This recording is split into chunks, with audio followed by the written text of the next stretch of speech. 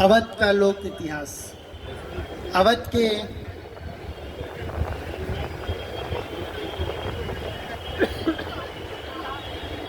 बहुत ही श्रेष्ठ कृति है ये अवध का लोक इतिहास।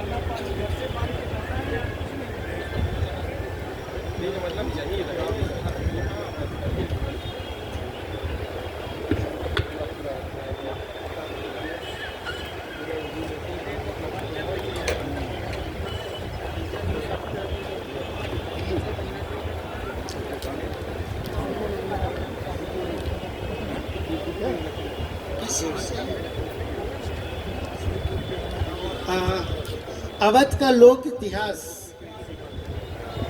प्रकाशन का एक लाभ मुझे यह भी मिल रहा है कि जो कृति मैं प्रकाशित करता हूँ उस प्रकाशित को पूरा पढ़ने का सौभाग्य भी प्राप्त होता है। तो कई बार आश्चर्य भी होता है कि कोई व्यक्ति, कोई लेखक कितनी मेहनत करता है किसी कृति को लिखने में। जहाँ तक कविताओं की बात है, गीत की बात है, गज़ल की बात है, इसमें शोध की आवश्यकता नहीं होती है। आपके मन के भाव हैं, मन के भावों का प्रकटीकरण है। जबकि निबंध संग्रह कोई भी होता है वो बहुत शोध मांगता है, बहुत ज्ञान की उसकी अपेक्षा होती है। अवध का लोक इतिहास पूरे अवध क्षेत्र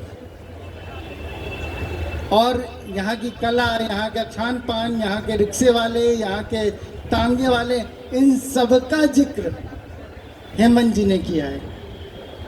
हेमंत जी से निवेदन है, चूंकि उनका जो है निबंध संग्रह है, तो वो बस अपनी कृति के विषय में जो भी कहना चाहें वो कह सकते हैं, लेकिन पहले उससे उनका सम्मान।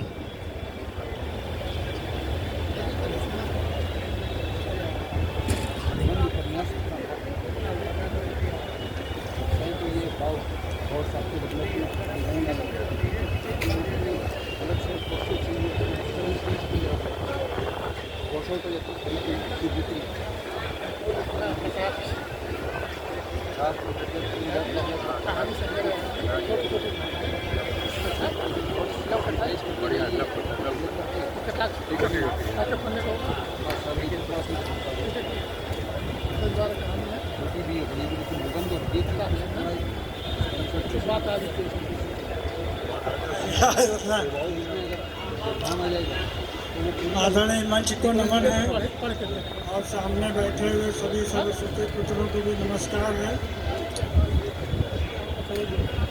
और अब आ रही है अवध का लोक इतिहास किताब के बारे में बोलने को कहा गया है।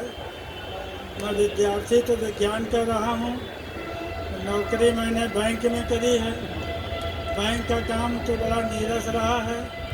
उसके बारे में लिखा कि बैंक का घर और गाड़ी, बैंक का सामान सब, और सुबह से शाम तक बस बैंक से नाता रहा।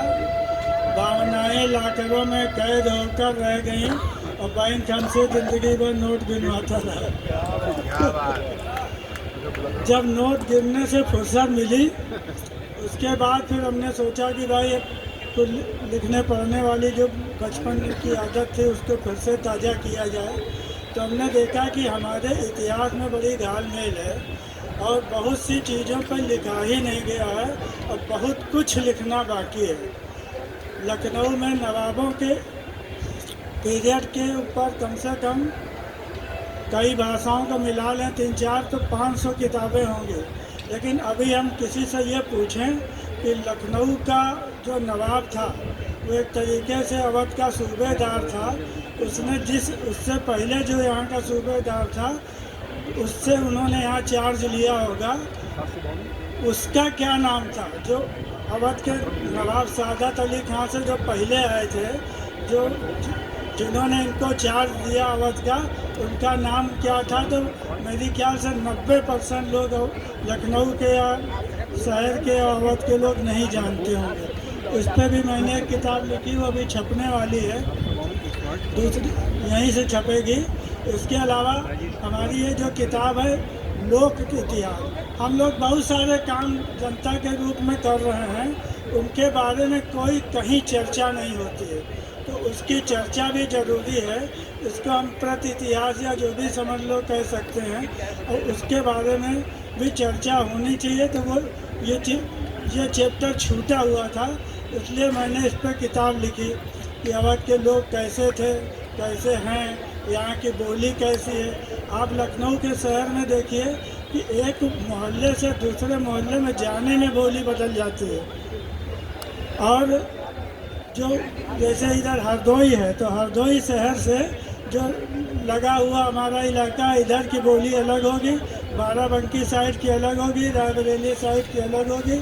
और यहाँ पे और बोली के माध्यम में बताएं कि बेगमों की जो बोली थी अपने यहाँ, जो बेगमातों की बोली थी, जो उनके यहाँ काम करने वाले आते थे, महिलाओं की जो बोली थी वो अलग है। और यहाँ पे जो तांगे वाले, पालकी वाले और पीनस वाले ये जो होते थे, इनकी अपनी बोली अलग होती थी।